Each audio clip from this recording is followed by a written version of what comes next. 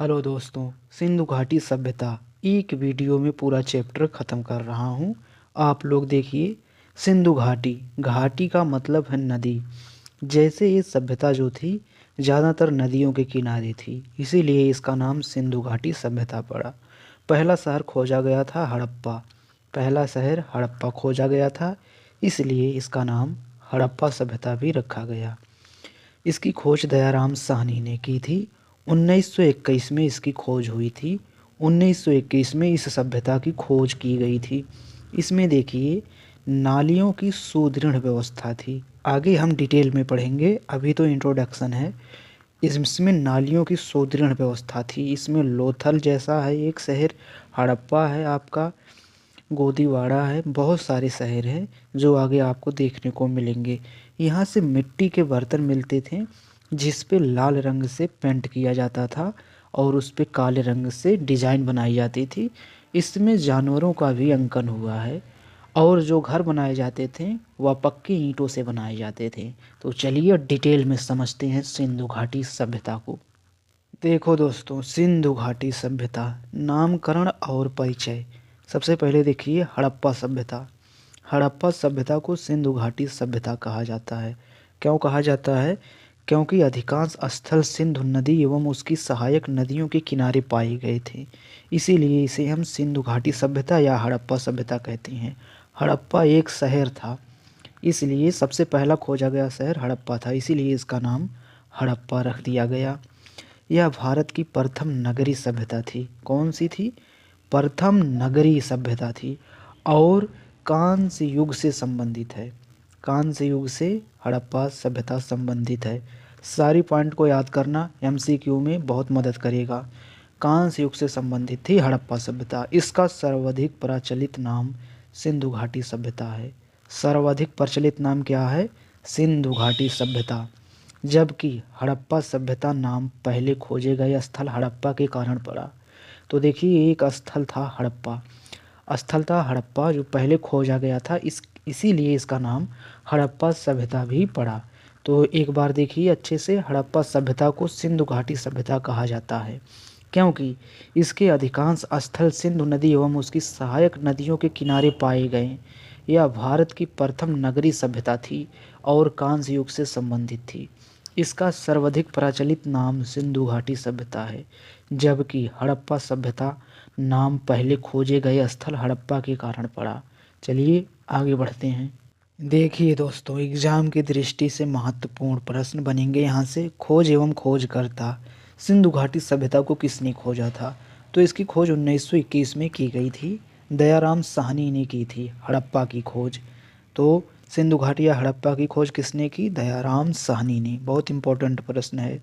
1922 में राखाल दास बनर्जी ने मोहनजोदड़ो की खोज की। ये भी इम्पोर्टेंट है। ये देखिए, इधर उतना इम्पोर्टेंट नहीं है पर याद कर लेना चाहिए। उस समय भारतीय पुरातत्व सर्वेक्षण के महानिदेशक सर जॉन मार्शल थे। कौन थे? Sir John Marshall.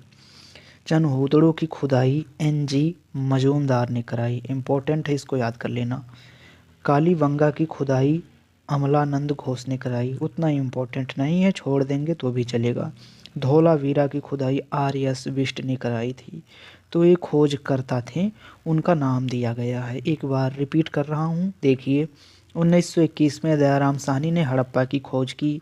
1922 में राखाल दास बनर्जी ने मोहनजोदड़ो की खोज की। उस समय भारतीय पुरातत्व सर्वेक्षण के महानिदेशक सर जॉन मार्शल थे। चनहूदड़ों की खुदाई एन.जी. मजूमदार ने कराई। कालीबंगा की खुदाई अमलानंद घोष ने कराई। धौलावीरा की खुदाई आर.एस. बिष्ट ने कराई। तो चलिए आगे बढ़ते हैं। देखिए दोस्तों, काल निर्धारण। मैं हर एक पॉइंट जो बता रहा हूँ यहाँ से एमसीक्यू बनेगा। हड़प्पा सभ्यता का सर्वमान्य काल क्या है?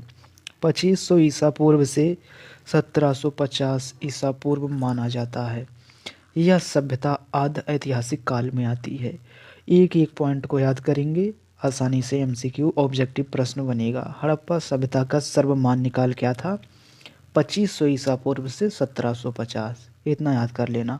ये देखिए, यह सभ्यता आध ऐतिहासिक काल में आती है। किस काल में? आध ऐतिहासिक काल में। चलिए आगे बढ़ते हैं। देखिए दोस्तों, सिंधु घाटी सभ्यता का भौगोलिक विस्तार। अर्थात यह कितनी दूर तक फैली हुई थी। तो देखिए यह सभ्यता उत्तर में मांडा, जम्मू कश्मीर से दक्षिण में दामयाबाद महाराष्ट्र तक, पूर्व में आलमगीरपुर उत्तर प्रदेश से पश्चिम में सुतकांगेंडोर बलूचिस्तान तक फैली हुई थी। तो इसको याद कर लेना। यह सभ्यता उत्तर में मांडा, दमयाबाद, आलमगीरपुर और देखिए बलूचिस्तान तक फैली हुई थी। सबसे बड़ा स्थल राखी गढ़ी हरियाणा में पड़ता है।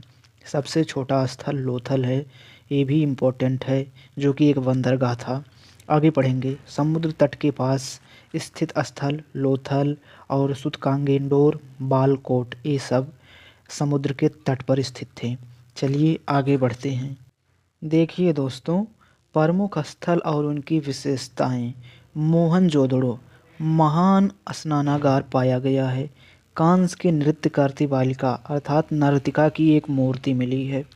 पशुपति मोहर, मोहर का भी अंकन मिला है मोहनजोदड़ो से। हड़प्पा अन्नागार श्रमिक बस्तियां पाई गई हैं। कालीबंगा से अग्निकुंड प्राप्त हुआ है और जुते हुए खेत का प्रमाण मिला है। कहाँ से? कालीबंगा से।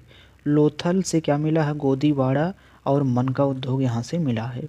धौलावीरा विशाल जलाशय का प्रमाण मिला है। जल प्रबंधन प्रणाली का बहुत ही अच्छी व्यवस्था मिली है। कहाँ से? धौलावीरा से। इम्पोर्टेंट है, ये सारी बहुत इम्पोर्टेंट है, सभी को याद करना। चनहोदड़ो मन का निर्माण बिना दुर्ग वाला नगर मिला है। बनावली अंडाकार बसावट मिली है। राखीगढ़ी सबसे बड़ा नगर है राखीगढ़ी। चलिए आगे बढ़ते हैं, ये बहुत इम्पोर्टेंट था। नगर योजना। देखिए सिंधु घाटी सभ्यता की नगर योजना कैसी थी। इसका आकार त्रिभुजाकार था। कैसा था? त्रिभुजाकार था। मकान कैसे बनाए जाते थे? उस समय जो इतनी पुरानी सभ्यता है, उस समय भी पक्की ईंटों से घर बनाए जाते थे। ईंट से घर बनाए जाते थे, बहुत ही इम्पोर्टेंट। हर घर में उन्नत नाली और स्नानागार की उन्नत व्यवस्था थी। उन्नत जल निकासी सबसे मजबूत थी। तो ये भी एक पॉइंट है, उन्नत जल निकासी सबसे मजबूत थी। ऑब्जेक्टिव में काम देगा ये सारी पॉइंट। तो देखिए हर घर में उन्नत नाली और स्नानागार की सुदृढ़ व्यवस्था थी। उन्नत जल निकासी सबसे मजबूत थी। इम्पोर्टेंट है, याद कर लेना। चलिए आगे बढ़ते हैं। देखिए दोस्तों, सिंधु घाटी सभ्यता के लोग करते क्या थे? तो देखिए महान स्नानागार कहाँ से पाया गया है? मोहनजोदाड़ो से मिला है महान स्नानागार। ये लोग पशुपालन करते थे, जैसे बैल पालते थे, भैंस, भेड़, बकरी, ये सबको पालते थे, लेकिन घोड़े का स्पष्ट प्रमाण नहीं मिला है। तो ये लोग पशुपालन भी करते थे। इसके बाद कृषि भी करते थे, जैसे गेहूँ, जौ, मटर, इन सब की खेती करते थे। सबसे इम्पोर्टेंट बात यहाँ है, विश्व में सबसे पहले कपास की खेती इन्होंने ही की। हल चलाने का प्रमाण कालीबंगा से मिलता है। ये 2 पॉइंट बहुत ही इम्पोर्टेंट है, इनको याद कर लेना। विश्व में सबसे पहले कपास की खेती हड़प्पा सभ्यता ने की। हल चलाने का प्रमाण कालीबंगा से प्राप्त हुआ है। चलिए आगे बढ़ते हैं। देखो नगर योजना में और क्या क्या करते थे ये लोग। माप तौल प्रणाली से परिचित थे। मानकृत बाट था, घनाकार बाट था, दशमलव जैसी प्रणाली से भी परिचित थे। उद्योग और शिल्पकार भी ये लोग रहे हैं। मन का उद्योग लोथल है, चनहोदड़ो है। यहाँ देखिए कांस्य का उपयोग, जो कि कांस्य युगीन सभ्यता है, तो इसका उपयोग कर रहे थे। तांबा टिन का प्रयोग भी कर रहे थे। सूती वस्त्र भी उपयोग कर रहे थे। मिट्टी के बर्तन बनाते थे। लाल मृद भांड कहा जाता है मिट्टी को, बर्तन को। जैसे लाल से अगर कलर किया गया तो लाल रंग, मृद भांड मतलब मिट्टी का बर्तन। लोहे का ज्ञान नहीं था इन लोगों को, लोहे का ज्ञान नहीं था। व्यापार भी करते थे। आंतरिक एवं विदेशी व्यापार दोनों करते थे। अंदर का व्यापार और बाहरी व्यापार दोनों करते थे। वस्तु विनिमय प्रणाली भी थी। मेसोपोटामिया से व्यवहार कर रहे थे। मुहरों का प्रयोग कर रहे थे ये लोग, मुहरे का प्रयोग कर रहे थे। मेसोपोटामिया सभ्यता इनसे संबंधित। अगर क्वेश्चन आता है तो मेसोपोटामिया को टिक मारना है आपको। चलिए आगे बढ़ते हैं। देखिए दोस्तों, इनका जीवन कैसा था। कला में ये आगे थे। कांस की नृत्य करती हुई बालिका मिली, अर्थात नर्तिका की मूर्ति मिली थी, मैंने अभी बताया। और पुजारी की भी मूर्ति मिली थी मोहनजोदड़ो से। पशु चित्रित मोहरें भी मिली थी। धार्मिक जीवन, मातृ देवी की पूजा ये लोग करते थे। पशुपति आदि शिव की उपासना, बहुत ही इम्पोर्टेंट प्रश्न है, जरूर याद करना। पशुपति आदि शिव की उपासना करते थे। पीपल वृक्ष इनके लिए पूजनीय था। अग्नि पूजा कालीबंगा से प्राप्त है। अग्नि पूजा कालीबंगा से प्राप्त है। सामाजिक जीवन कैसा था? समाज अपेक्षाकृत समतावादी था। वर्ग भेद के स्पष्ट प्रमाण नहीं हैं। शांति प्रिय समाज था। श्रमिक, व्यापारी और कारीगर ये इनसे संबंधित है। हड़प्पा सभ्यता में कौन कौन से थे? श्रमिक थे, व्यापारी, कारीगर वर्ग और सभी महान लोग थे हड़प्पा सभ्यता से संबंधित। इनको याद कर लीजिए, इनको याद कर लीजिए, इनको याद कर लीजिए अच्छे से। आगे MCQ एक भी क्वेश्चन नहीं छूटेगा आपसे। चलिए आगे बढ़ते हैं।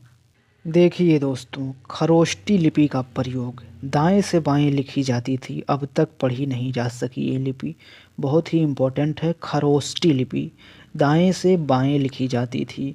एक होती है ब्राह्मणी लिपि, कमेंट में बताना है वो किस तरफ से लिखी जाती है। जैसे दाएं से बाएं लिखी जाती है तो उसको बताना वो किस तरफ से लिखी जाती है, यह अब तक पढ़ी नहीं जा सकी। विज्ञान एवं तकनीकी, उन्नत जल प्रबंधन प्रणाली का पता कहाँ से चलता है? धौलावीरा से। इम्पोर्टेंट प्रश्न है, PET में पूछा गया था पेट में। जलाशय एवं नालियों की सुदृढ़ व्यवस्था थी हड़प्पा सभ्यता में।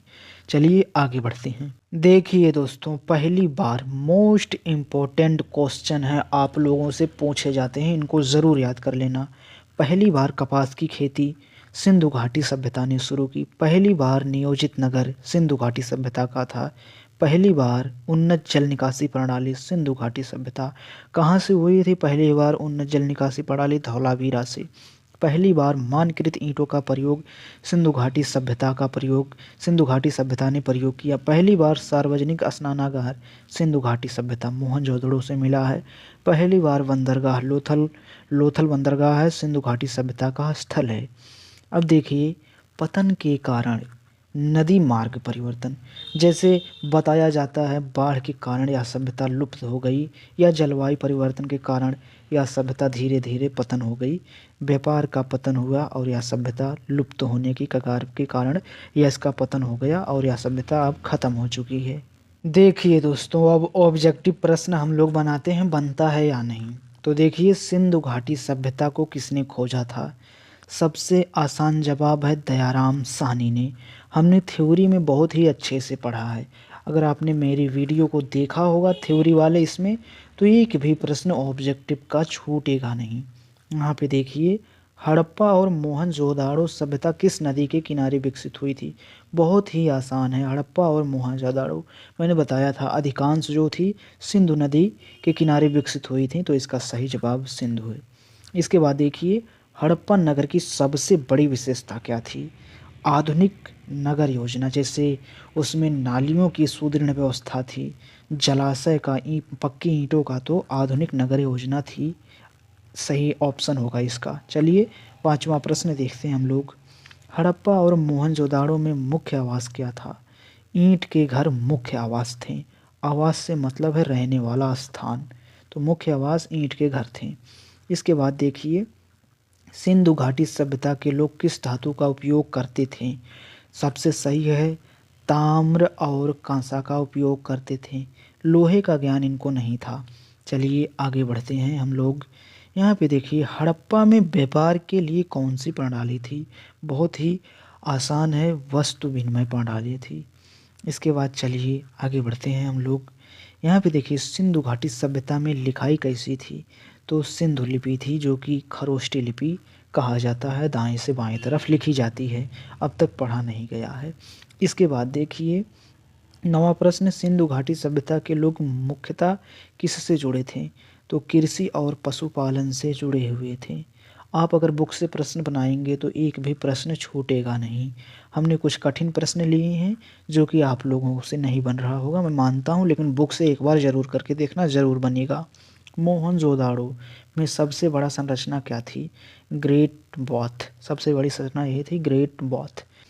तो दोस्तों यहीं पे वीडियो समाप्त करते हैं, मिलते हैं अगले चैप्टर के साथ, तब तक के लिए धन्यवाद, नमस्कार।